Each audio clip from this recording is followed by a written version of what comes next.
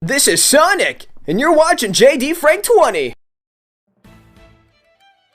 What is up, everybody? And I got some major SEGA news. Yes, all day Friday, I had everything planned to show up at the Sonic Cafe, and it was worth the adventure, I'm not gonna lie. First off, I want to send special thanks to Sonami Channel, who was keeping updates with all the pictures I've been sending while waiting for the line, being on the inside, everything. I appreciate that. And speaking of the line, here's some video images right here of what you're seeing. Yes, because I got there around 10:52 in the morning. Yeah, again, traversing through this area, it's not too difficult, but yeah, I already knew the line was here, and you're probably saying, oh, do you have the patience of waiting in line? Absolutely. A lot of these people were here for Sonic and Sonic only, and again, people are going to say, well, Sonic fans are patient. We're patient when you delay games. We're patient when we're waiting for something like this, because again, this is a big deal, because again, this restaurant's only going to be here till August 20th, so it's worth the wait. Yeah, so I kept everybody updated from time to time, like how long is it till you get to the front, and I said, yeah, I keep updating you after 30 minutes, 60 minutes, like I keep updates every 30 minutes just to see where you're at in the line, and the journey was worth it. I'm not gonna lie. In fact, I'll even show this clip of here of my reaction when I finally made it to the front of the line. Enjoy the clip. That's it, our journey's here. After 96 minutes, I'm at the front of the line. It's worth the wait. That's right, Frank works for me! Dr. Robotnik, leader of the Eggman Empire. Frank is my new CEO! You see, Geo, this could have been you! You could have been next to Dr. Robotnik, or Dr. Eggman, whatever you prefer. But now Frank stands by me as my right-handed man. You could have been the one next to me. No, in all seriousness, I mean, the person who cosplayed as Dr. Eggman, he was a really cool dude, actually. By the time I got inside the restaurant, he was already on his way out already, because he was one of the earlier ones right there. Just placed his order, got his merchandise, he was about to head out. He was really cool that I could take a picture, so thank you for that, I admired that.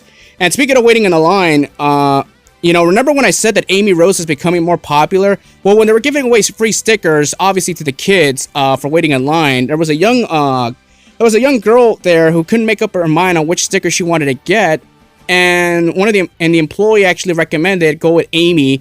She saw the Amy stickers and she fell in love with them. In fact, by the time we got inside the restaurant, as you're seeing this cutout board right here, she really adored the Amy Rose cutout right there by the cashier window, which is also where you order your merchandise.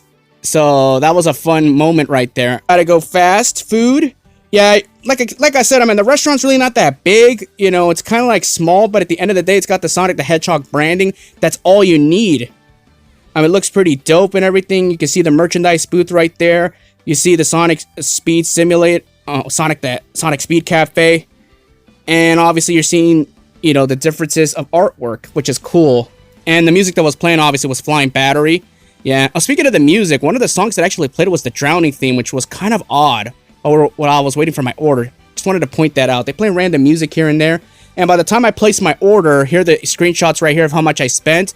Yes, I am not kidding you. I spent $180 on my first order. In fact, here's the video right here of the food. I'm trying to get the best quality as possible, so that way I can show it off of what I actually ordered. And yeah, your eyes do not deceive you. That's exactly what I ordered. And of course, here's the second ticket right here that I ordered, which was basically the Sonami pair, which is basically the Sonic Blue Blur drink, along with the Amy Rose milkshake, for a nice $16. So yeah, and a grand total with tip and everything, you're talking almost $200 I spent just in merchandise alone. Oh, speaking of the merchandise, here are the images for the merchandise themselves.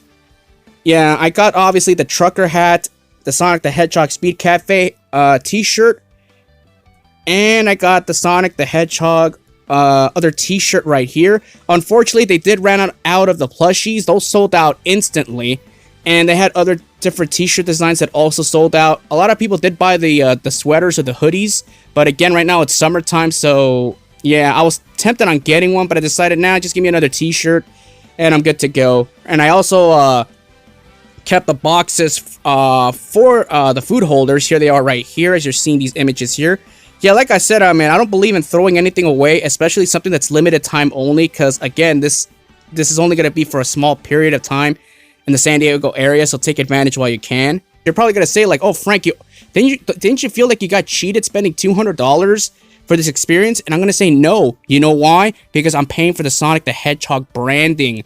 I said this last week, like, I don't even mind if I'm overpaying for the food or the merchandise because I'm paying for the branding.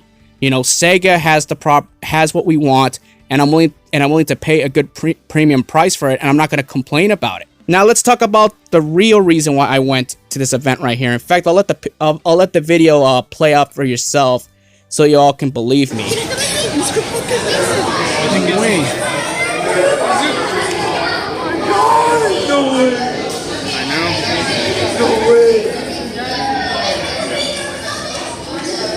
Yes, your eyes do not deceive you.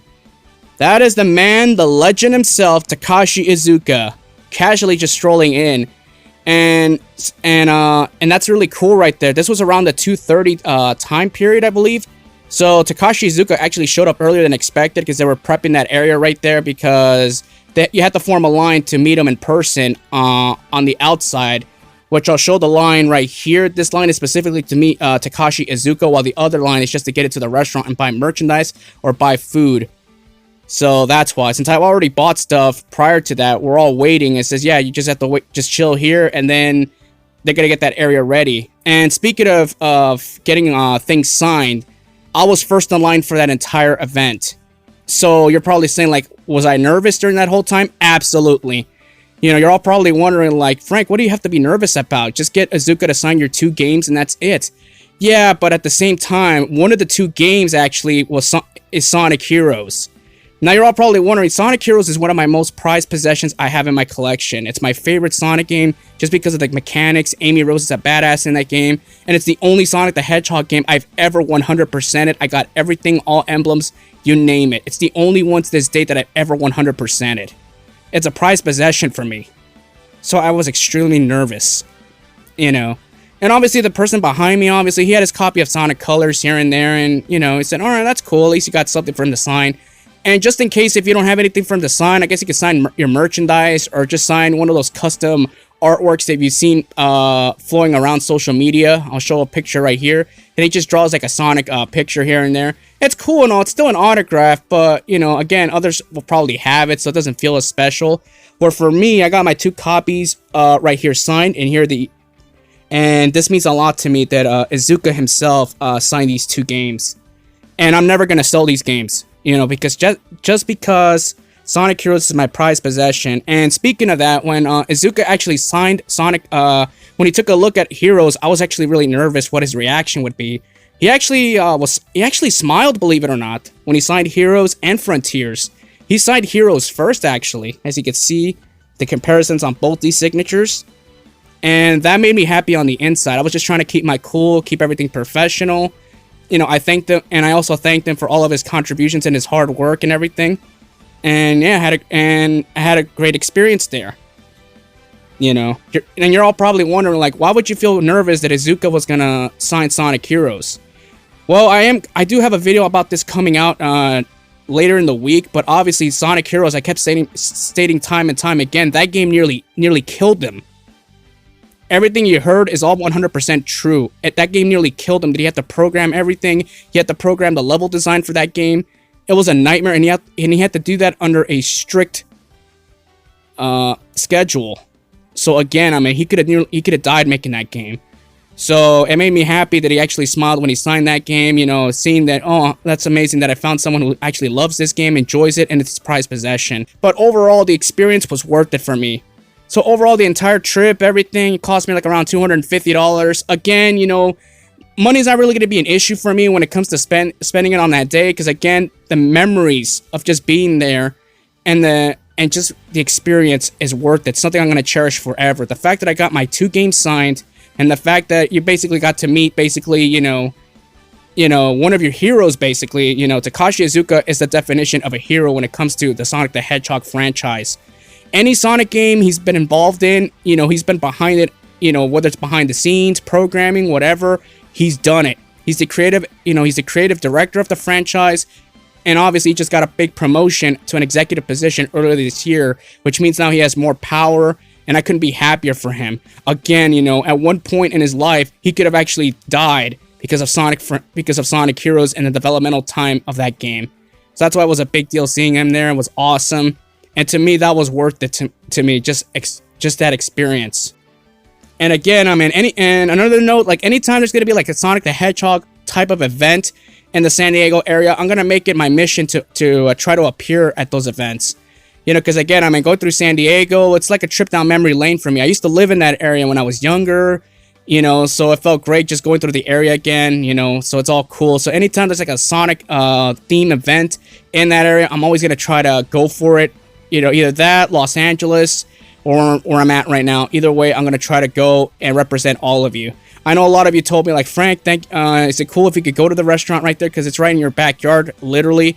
Well, I have other subscribers who live so far away, they can't even witness this. So I'm glad I was able to represent everybody on the channel. I hope I did my due diligence. And I hope you all enjoyed this video because, again, it took a lot of time and effort to come up with this. But I just wanted to tell you all that I had a fantastic time at this event. Let me know what you all think about this. Peace out.